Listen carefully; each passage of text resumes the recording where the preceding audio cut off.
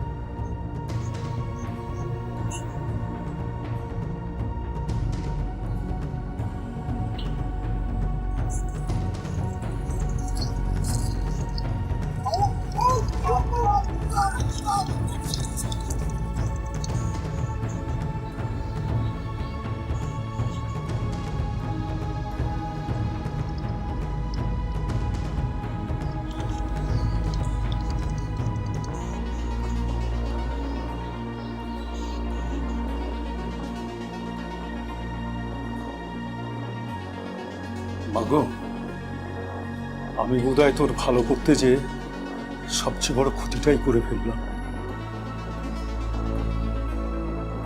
বাবা হয়ে মেয়ের এমন সর্বনাশ করলাম, এর চেয়ে বড় ক্ষতি আর কি হতে পারে? তুমি আর কি করবে বাবা? শুধু শুধু এভাবে নিজেকে আর দোষ দিও না, আমার আরো বেশি কষ্ট হয়। তাছাড়া তুমি তো কিছু জেনে বুঝে করোনি। মাগো, আমার বোধহয় আরো একটু খোঁজ খবর নিয়ে এই সিদ্ধান্তটা নেওয়া উচিত ছিল। আমি ঠিক করিনি। তোর জীবন জড়িত ছিল এই সিদ্ধান্তে, তা না হলে আজ বোধহয় তোর এই অবস্থা হতো না।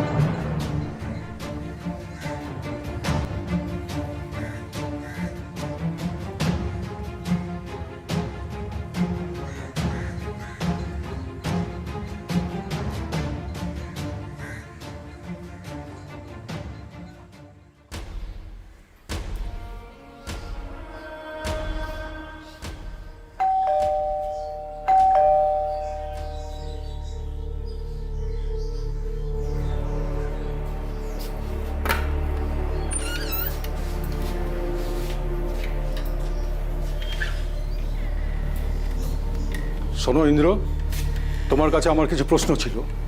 আপনার কোনো প্রশ্ন যদি আমাকে নিয়ে থাকে দেন সরি, আপনার কোনো প্রশ্নের উত্তর আমি দিতে পারবো না। তোমার বাবা বোধহয় আমাকে আর বিশ্বাস করতে পারছেন না, তোমার মা আর ভাইও আমাকে অবিশ্বাসের চোখে দেখছে। আচ্ছা আচ্ছা, তোমারও কি তাই মনে হয়? তুমি ওকে আমাকে বিশ্বাস করতে পারছো না? বিশ্বাস করার মতো এমন কি কাজ করেছো তুমি? আমার বাবার সঙ্গে যা করেছো কোনো ধারণা আছে তোমার? আমার তো মনে হয় তুমি যা করেছো সব ভেবেচিন্তেই করেছো। শুধু তোমাদের বাড়িতে থাকি বলে এইভাবে অপমান করতে তুমি আমাকে পারো না। আমি কিন্তু এটা সহ্য করব না। তবে কি করবে তুমি ইন্দ্র? চলে যাবে? তেমন হলে তাই করব। তুমি ভুল ভাবছো ইন্দ্র। তোমাকে অপমান করার কথা এই বাড়ির কেউ ভাবতেই পারে না। শুধু একটা খটকাই মাথায় ঘুরপাক খাচ্ছে। তুমি কি সত্যি বিএসএফ চাকরি করো নাকি আমাদের মিথ্যে বলছো? তার উত্তর আমি তোমাকে দেবো না।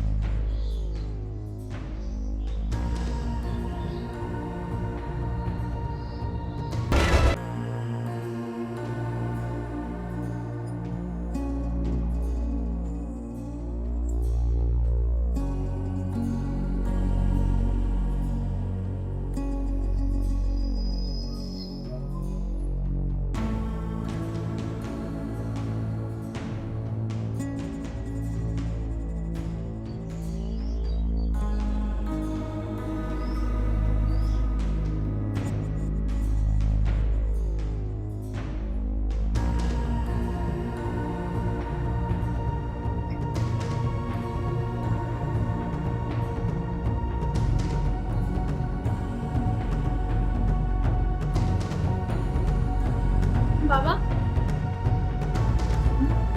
কি ব্যাপার? ইন্দ্র কি আবার তোকে কিছু বললো নাকি? কি এটা?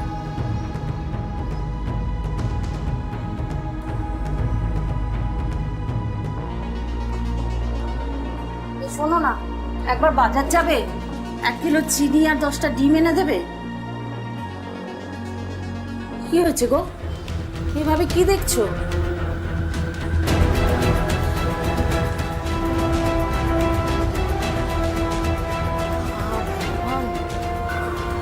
বাবা, জানো তো ইন্দ্রদা কেন আমার ঠিক সুবিধার মনে হচ্ছে না গো। আজকে বরিশা বাজারে ওকে নিয়ে হেভি ঝামেলা দেখলাম। মানে ওই সব লোক মিলে ওকে মারছে।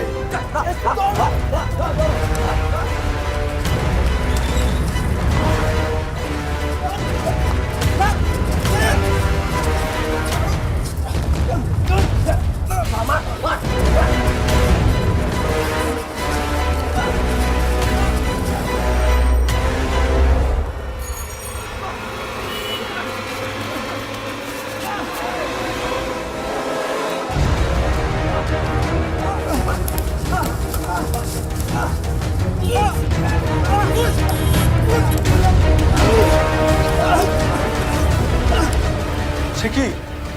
আমার মাথায় তো কিছু ঢুকছে না। ইন্দ্র কি আবার ঝামেলা ফেললো?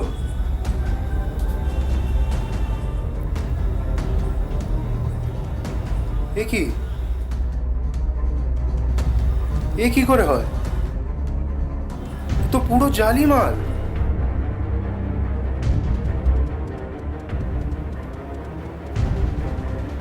অপু, একবার এগোরে এসো। মানুষের লোভের কোনো সীমা পরিসীমা নেই, নেই কোনো সঠিক পদ্ধতি। এক একজন এক এক উদ্দেশ্যে মানুষকে প্রতারিত করে। আজকে আপনাদেরকে এই প্রতারকদের হাত থেকে সজাগ থাকার জন্য দু রকমের ঘটনার কথা বলা হবে। প্রতারকরা টোপ দেয় এমন একটা জিনিসের যা সব মানুষই চায়, প্রেম, ভালোবাসা, সংসার। ভালোবাসা এখানে একটা কমোডিটি, একটা জিনিসই। ঘটনাটি ঘটে 2018 সালের অগাস্ট মাসে কলকাতার বেহালা অঞ্চলের শস্যুনা থানা জুরিডিকশনে। সুকান্ত ধরের একমাত্র মেয়ের বিয়ের জন্য পাত্র দেখা চলছে। কাগজের বিজ্ঞাপন দেখে বাছাবাছি চলছে পাত্রের, আর এখানেই শস্যের মধ্যে ভূত। ঘটনাটা ভালো করে দেখুন এবং সজাগ থাকুন এই সব প্রতারকদের কর্মপদ্ধতির থেকে।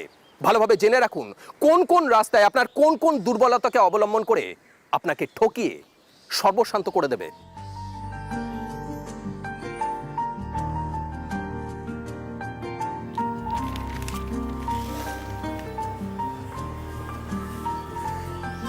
না ধরো, এত দেখে অপুর জন্য একটা পাত্র দেখে উঠতে পারলে না। সত্যি বাবা, এত খুঁতখুঁতি নেই না তোমার। কি যে বলো, মেয়ের পাত্র খুঁজবো, খুঁতখুঁতনি হবে না? ও যতই দেখো, এসব কাগজে বিজ্ঞাপনে আমার একটুও বিশ্বাস নেই। এর চেয়ে পরিচিতদের বা ঘটক ডেকে পাত্র দেখায় অনেক সেফ। আমি তো ভাবছি ম্যাট্রিমোনিয়াল সাইটটাও দেখব। বেশি বাছাবাছি করতে গেলে না আখেরে ভুলই হয়। আমার বাবা কি বলতেন জানো? বলতেন যে কোনো সিদ্ধান্তের ক্ষেত্রে প্রথম যে ভাবনাটা আসে সেটাই মানা উচিত। পাগল, মেয়ের বিয়ে বলে কথা। বাবা, তোমার কাগজ দেখা মানে পাত্র দেখা হলো? হ্যাঁ, দেখ না, অনেকগুলো পাত্র দাগ দিয়েছি। দেখ তো, এদের মধ্যে কাকে তোর ঠিক মনে হচ্ছে? কাকে কাকে দাগ দিলে তুমি? ধুর, এইসব কাগজের বিজ্ঞাপন বেশিরভাগই ফেক হয়। এই পরিচয় টরিচয় গোপন রেখে মেয়ে ফুসলিয়ে নিয়ে যায়। জ্যাঠামি ছাড়, সব জানতে হয়ে গেছিস না? এখন দেখে বল কাকে তোর ঠিক মনে হচ্ছে। এইগুলো মোটামুটি ঠিকই লাগছে। দেখ, আমার মনে হচ্ছে এই প্রথমটা ঠিক আছে, সিআরপিএফে চাকরি করে। শেষে তুমি দিদিকে একটা পুলিশের হাতে তুলে দেবে? দেখো কেমন পুলিশ। ও কাগজটা নিয়ে গেলাম।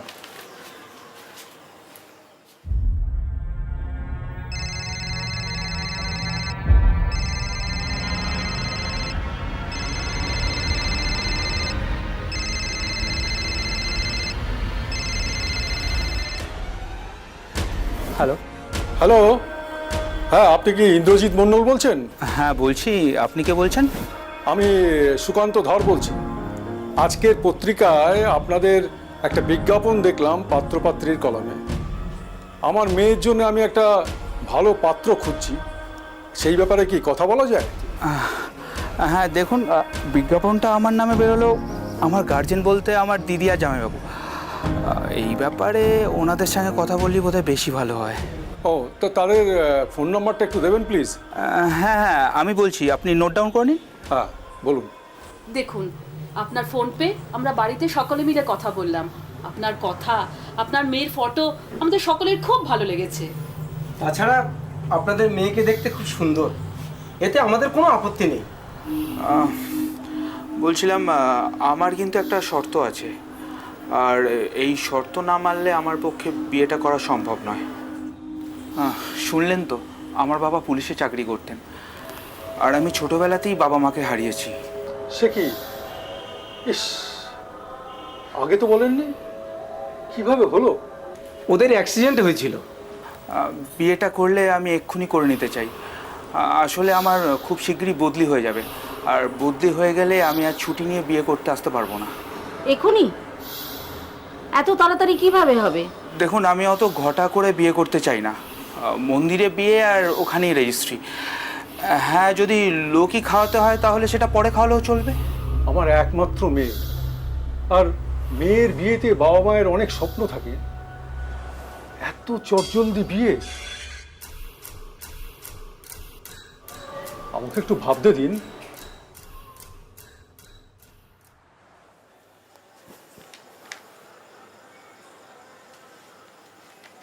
এত ভাবা ভাবির কি আছে বলো তো? না না, এত তাড়াহুড়ো করে আমি অপুর বিয়ে কিছুতেই দেব না। তা না হলে একটা ভালো ছেলে হাতছাড়া হয়ে যাবে যে। আর ওরা যা যা শর্ত রেখেছে এমন কিছু খারাপ তো নয়। আমি তো ভেবেছিলাম টাকা পয়সা চাইবে, তা তো হয়নি। ঠিক শিক্ষিত ছেলের মতোই শর্ত রেখেছে, এর মধ্যে খারাপ কি আছে?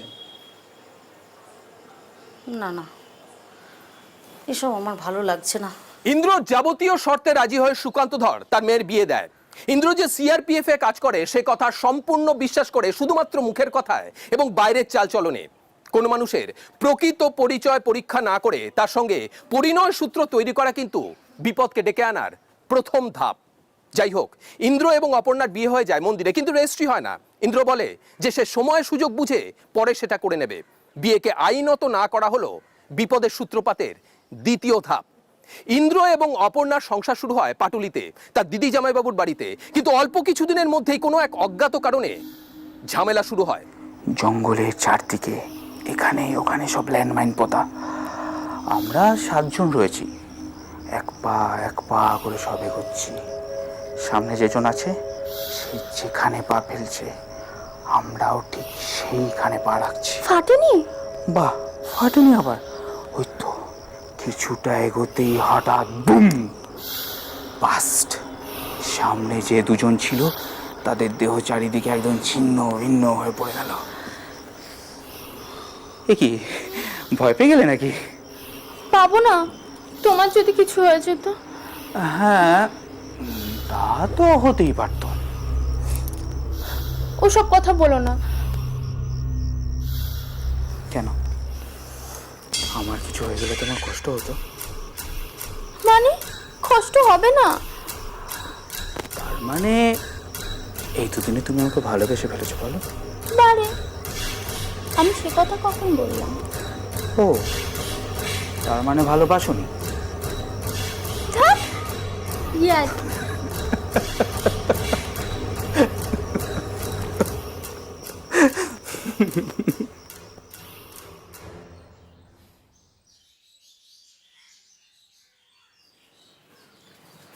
ইন্দ্র কি ঘুমোচ্ছে? ঠিক আছে, আমি ওকে ডাকছি। তুমি 2 কাপ চা করতে পারবে? কি আবার জানো তো করতে?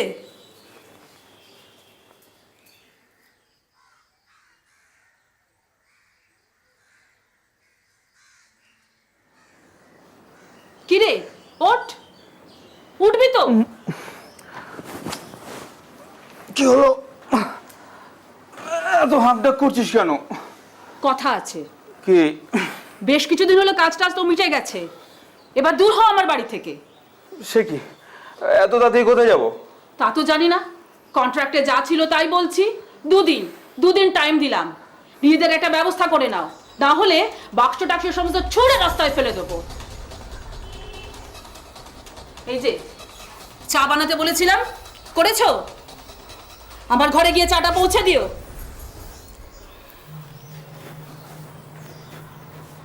কি হয়েছে গো? কিছু হয়নি, যাও তুমি চাটা নিয়ে এসো। আরে যাও।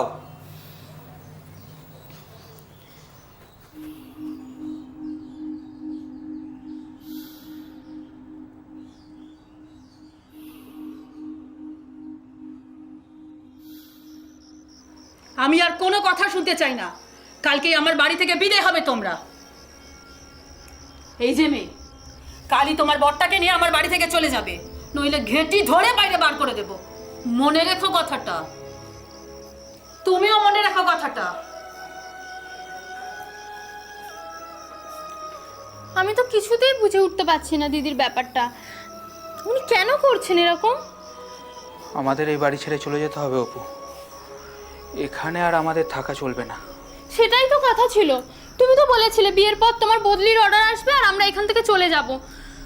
তোমার বদলির অর্ডারটাও কেন আসছে না আমি বুঝতে পারছি না। সেটা আমি কি করে জানবো, সে তো অফিস জানে। হ্যাঁ, তো তুমি তো অফিসেই যাচ্ছ না, এই কদিনের মধ্যে তুমি একবারের জন্য অফিসে যাওনি। শোনো, এত কথা শুনতে আমার ভালো লাগছে না, এখন ভাবো কোথায় যাওয়া যায়। কাল সকালে উঠেই কিন্তু এখান থেকে চলে যেতে হবে। সেটা আমি কি করে জানবো?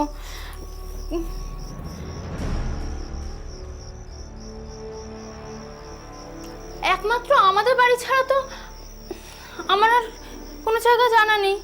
হ্যাঁ, সেই তো, আরে আমি তো ভুলিয়ে গেছিলাম। এই শোনো না, তাহলে আমরা ওখানেই যাই কেমন? আমার বদলির অর্ডার আসার আগে পর্যন্ত আমরা সেখানেই গিয়ে উঠি, ওখান থেকেই অফিস করবো, কেমন?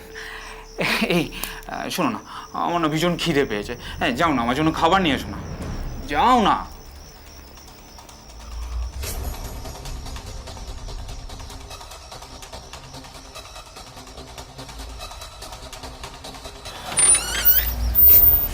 কিরে, কিছু না বলে হঠাৎ চলে এলি যে?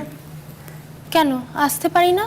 অসুবিধা থাকলে বলে দাও, চলে যাচ্ছি। সে আবার কি কথা? আয় আয়, ভিতরে আয়। এসো ইন্দ্র, ভিতরে এসো, এসো।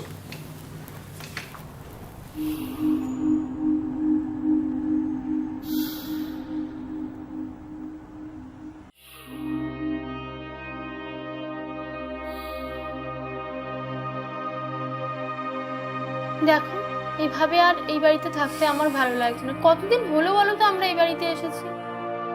তুমি তো কিছু গায়েই মাখছো না, সারাদিন শুয়ে বসে দিন কাটাচ্ছ। কবে বদলি হবে বলো তো তুমি?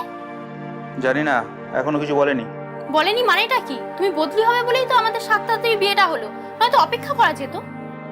তুমি থামবে? তোমার এই বকবক শুনতে আমার একদম ভালো লাগছে না। আমারও কি ভালো লাগে বলো? এখানে আসা থেকে দেখছি তুমি অফিসে যাওয়ার নামগন্ধই করছো না, সারাদিন খালি ফোন নিয়ে নাড়াঘাটা করে চলেছো। আমি তো কিছু বুঝতেই পারছি না তোমার ব্যাপার স্যাপার। ধুর তোর, সারাদিন খালি ভেজর ভেজর ভেজর ভেজর, ভাল লাগে না মাইরি।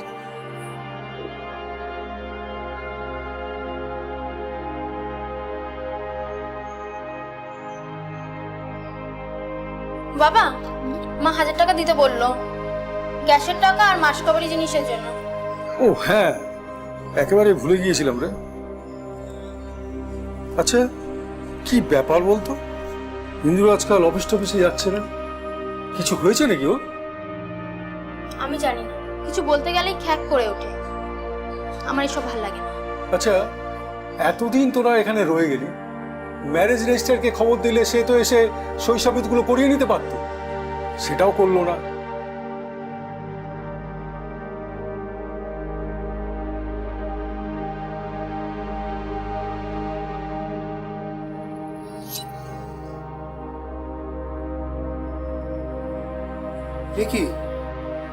এ কি করে হয়?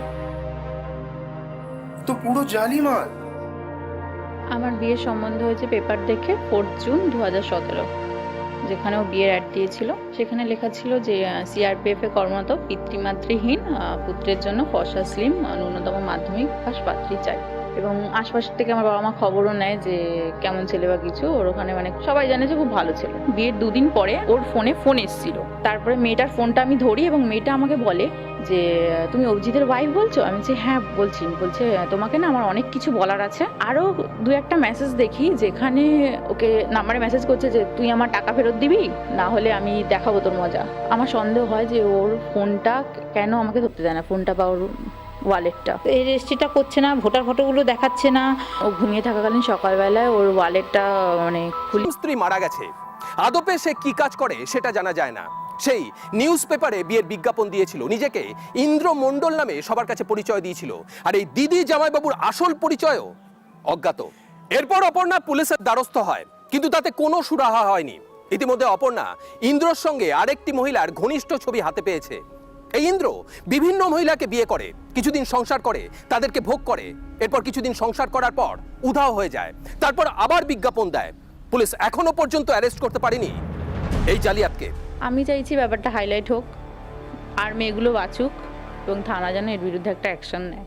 যদি অ্যাকশন না নেয় তাহলে আমি অবশ্যই চাইবো মহিলারা মিলে ছেলেটাকে অন্তত মানে এমন হাল করে দিক ছেলেটার, যে ছেলেটা ভিক্ষা করবে বা আর মেয়েগুলোর জীবন নষ্ট করতে পারবে না। বিবাহ বিজ্ঞাপনের আড়ালে যে জালিয়াতি ছায়া লুকিয়ে থাকতে পারে সেই তথ্য এই ঘটনার মাধ্যমে খুবই পরিষ্কার। বিজ্ঞাপনে যাই লেখা থাক না কেন, সামনাসামনি দেখে পরীক্ষা করে তারপরই সিদ্ধান্ত নেওয়া জরুরি। এরপর আপনাদের দ্বিতীয় ঘটনাটির কথা বলবো। ঘটনাটি ঘটেছিল হুগলি জেলার কোন্নগরে। এবারের টার্গেট অদিতি বসু নামে এক অবিবাহিতা মহিলা। একাই থাকেন, কাজ করেন হস্তশিল্পের এক বেসরকারি আমদানি রপ্তানি কোম্পানিতে।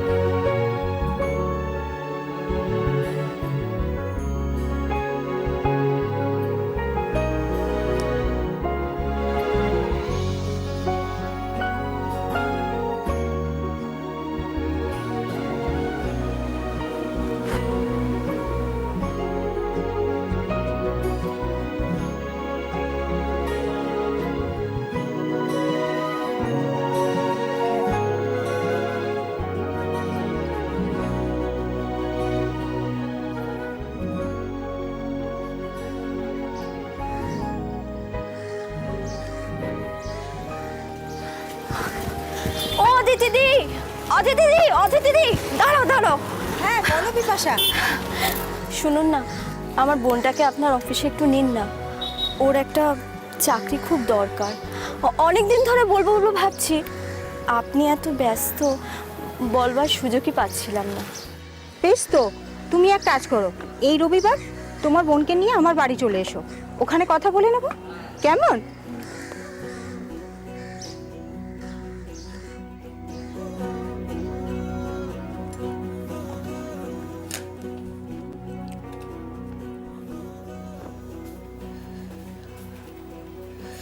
বলো অদিতি দি, কি করতে হবে? হ্যাঁ রে, সারাদিন মোবাইলে মুখ গুজে কি করিস বলতো তোরা? উফ বাবা, আমার তো একটুখানি দেখলেই মাথা ব্যথা শুরু হয়ে যায়। দূর, তুমি ফেসবুক হোয়াটসঅ্যাপে আছো নাকি? থাকলে দেখতে তো সব মাথা ব্যথা উড়ে যেত। বলো, আচ্ছা তুমি ফেসবুক করো না কেন গো? ধুর, ওসব আমি জানিও না আর পারিও না, ওসব তোদের মতন বাচ্চা ছেলে মেয়েদের পক্ষেই ঠিক আছে। ইস, তুমি বুঝি বুড়ি? কত বুড়ি দেখলাম। দাঁড়াও, আজকে তোমার একটা ফেসবুকে অ্যাকাউন্ট খুলে দেবো, দেখবে কত নতুন নতুন বন্ধু হবে, চাইলে প্রেমিকও জুটে যেতে পারে। বাজে কথা না বলে নিজের কাজে মন দে। আচ্ছা, তোমাকে একটা কথা জিজ্ঞেস করবো? হ্যাঁ বল। তুমি বিয়ে করোনি কেন? মানে তুমি একা একা থাকো, তোমার মনে হয় না যে কেউ একজন থাকলে ভালো হতো? সোশ্যাল নেটওয়ার্কের অন্তর্জালে আমরা ক্রমশ জড়িয়ে যাচ্ছি, পেঁচিয়ে যাচ্ছি, আর এর মধ্যে দিয়েই ধীরে ধীরে বিপদ যেন আমাদেরকে ঘিরে ধরেছে।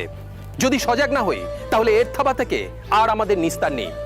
যে অদিতি এতদিন ফেসবুক হোয়াটসঅ্যাপের জগৎ থেকে দূরে থাকতো, সেও এখন ফেসবুকে অভ্যস্ত হয়ে উঠল। সহকর্মীর উৎসাহে ফেসবুক প্রোফাইল খোলেন।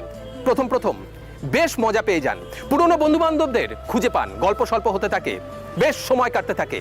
এক সময় এটা নেশার মতন হয়ে ওঠে। এখানেই আলাপ হয় এক অভারতীয়র সঙ্গে, আর তারপরই অদিতির জীবনে নেমে আসে বিপর্যয়। বাবা, কতগুলো ফ্রেন্ড রিকোয়েস্ট! না না, এতগুলো ফ্রেন্ড রিকোয়েস্ট আমি অ্যাকসেপ্ট করতে পারবো না।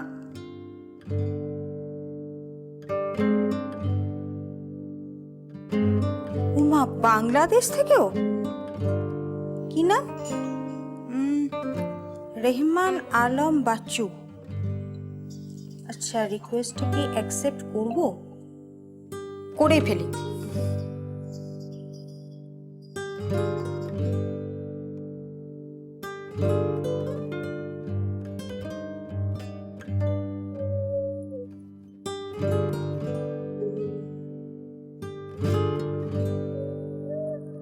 ও বাবা, রিকোয়েস্ট অ্যাকসেপ্ট করার সাথে সাথে এমনি মেসেজ! ধন্যবাদ আপনাকে আমার বন্ধুত্ব স্বীকার করে নেবার জন্য।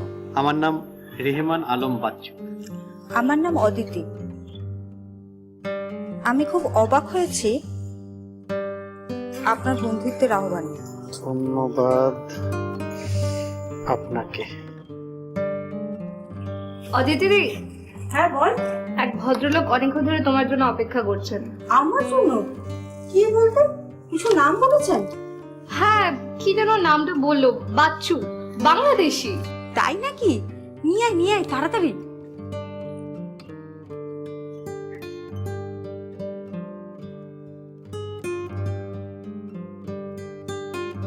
আসুন আসুন আসুন।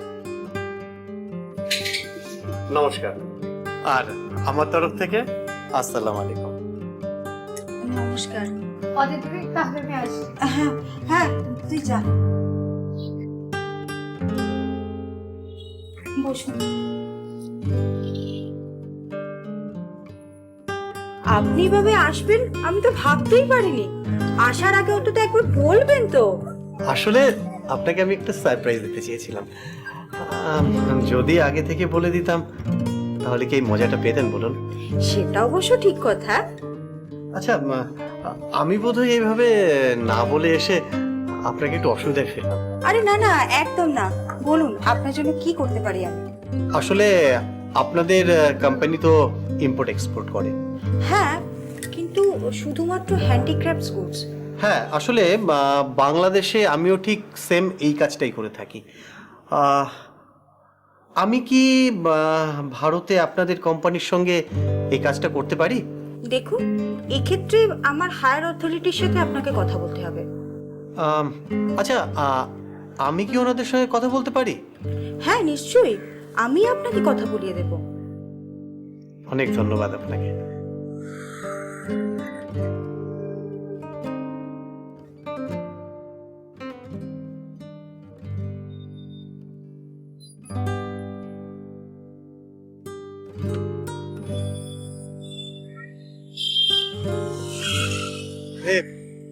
আপনি বোধহয় অনেকক্ষণ ধরে ওয়েট করছেন না?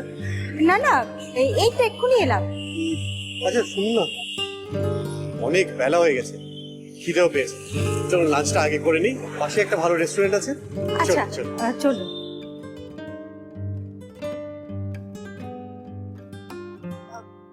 জানেন তো, আপনার জন্যই জীবনে প্রথমবার এইভাবে পার্কে এসে বসলাম।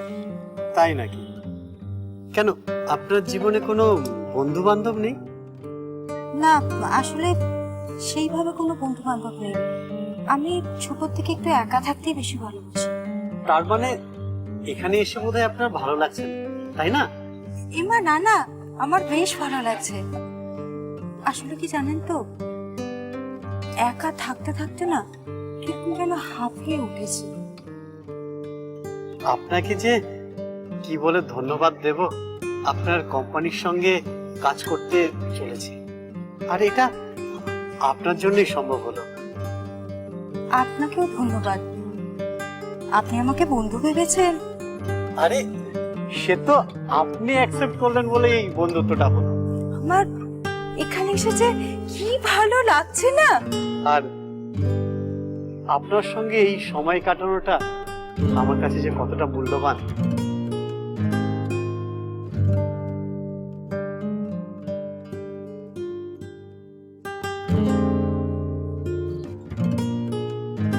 কি ব্যাপার বলতো তোর? শরীর টরীর খারাপ নাকি? আমার ওখানেও যাচ্ছিস না, ফোন টোনও করছিস না, কি হয়েছে বলতো? এক মিনিট।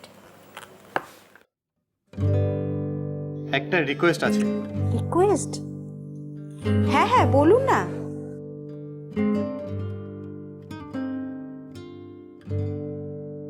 বলছি কাল একবার দেখা করবেন? কালকে দেখা? কাল কাল তো অফিস। কাল তো অফিস।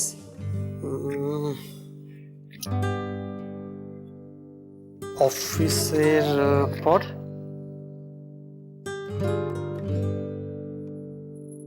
আচ্ছা ঠিক আছে। তুই মেসেঞ্জার ফেসবুক করছিস?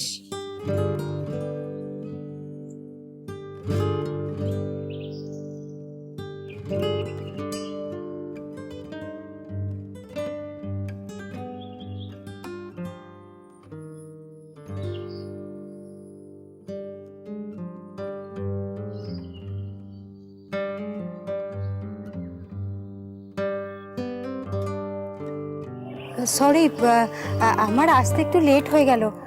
আপনি কি অনেকক্ষণ আমার জন্য অপেক্ষা করছেন? না না, এই তো একটু আগে এলাম। চলুন না ওখানে গিয়ে বসি।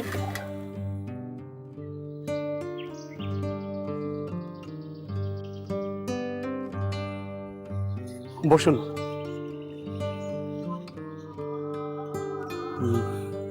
এটা আপনার জন্য এনেছি।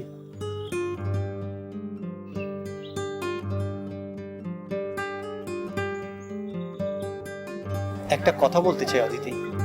বলুন। আমার মনে হয় আমাদের এই বন্ধুত্বটা আমার জীবন অনেকটা জুড়ে রয়েছে। খুব আপন মনে হয় আপনাকে। আমি বোধহয় আপনাকে ভালোই বেসে ফেলেছি। আমাদের দুজনেরই নিঃসঙ্গ জীবন, অনেকটা সময় পেরিয়ে এসেছি। বাকি জীবনটা আপনার সাথে কাটাতে চাই, ঘর বাঁধতে চাই, যদি আপনি রাজি থাকেন। দেখুন বাচ্চু, আপনার সাথে আমার যে বন্ধুত্বের সম্পর্ক, সেটা আমার জীবনকে একটা অন্য জায়গায় নিয়ে গেছে, কিন্তু সেটা নিপাটি বন্ধু। ঘর বাঁধার কথা আমি ভাবতেই পারি না। প্রেম, ভালোবাসা, এগুলোয় আমার বড় ভয় করে, জানো তো। তার চেয়ে এই যে আমার আর আপনার বন্ধুত্বের সম্পর্ক, সেটাই সারা জীবন বজায় থাকুক না। একসাথে থাকতে গেলে যদি এটা নষ্ট হয়ে যায়?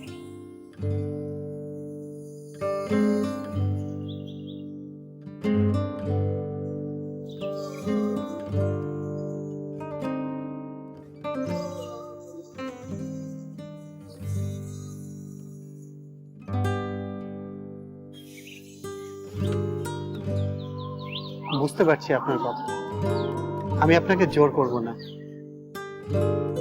তবে আমার একটা ইচ্ছে আছে, নিবেদনও বলতে পারবো। বলুন না। আসলে আমার কারখানায় তৈরি একটা ব্যাগ আমি আপনাকে প্রেজেন্ট করতে চাই। আপনি যদি আমাকে আপনার বাড়ির অ্যাড্রেসটা দেন, তাহলে আমি বাংলাদেশ ফিরে গিয়ে কুরিয়ার করে দেব। দেবেন আমাকে আপনার বাড়ির অ্যাড্রেস? আমার বাড়ির অ্যাড্রেস? আচ্ছা নিন। এরপর অদিতি বাচ্চুকে তার বাড়ির ঠিকানা দেয়, আর তারপরই ঘটে যায় এক অপ্রত্যাশিত ঘটনা, যা অদিতিকে একেবারে বিপর্যস্ত করে দেয়।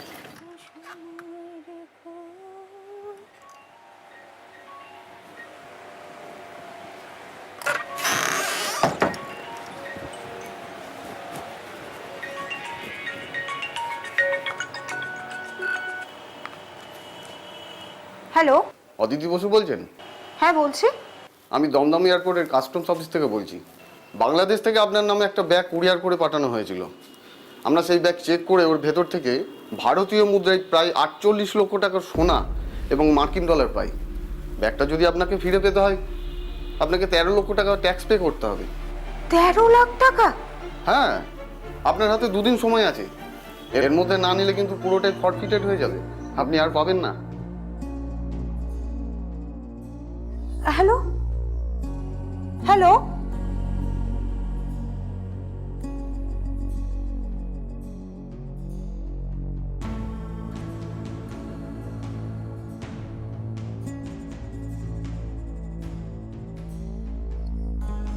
হ্যালো।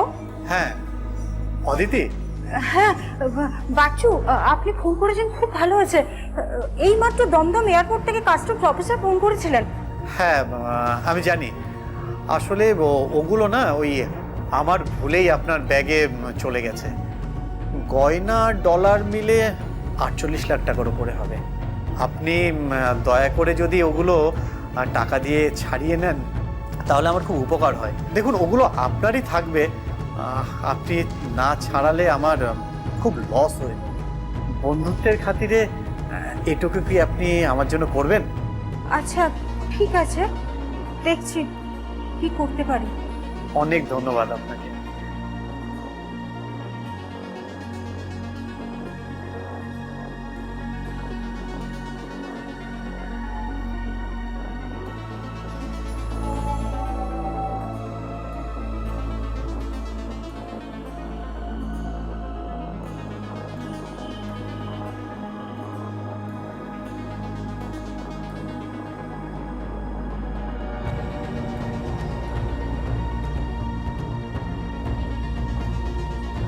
এরপর ওই কাস্টমস অফিসারের বারবার ফোনে 13 লক্ষ টাকা পে করেন অদিতি বসু, এই আশায় যে ব্যাগে যা আছে তা হাতে পেলে তার মূল্য 48 লক্ষ টাকা।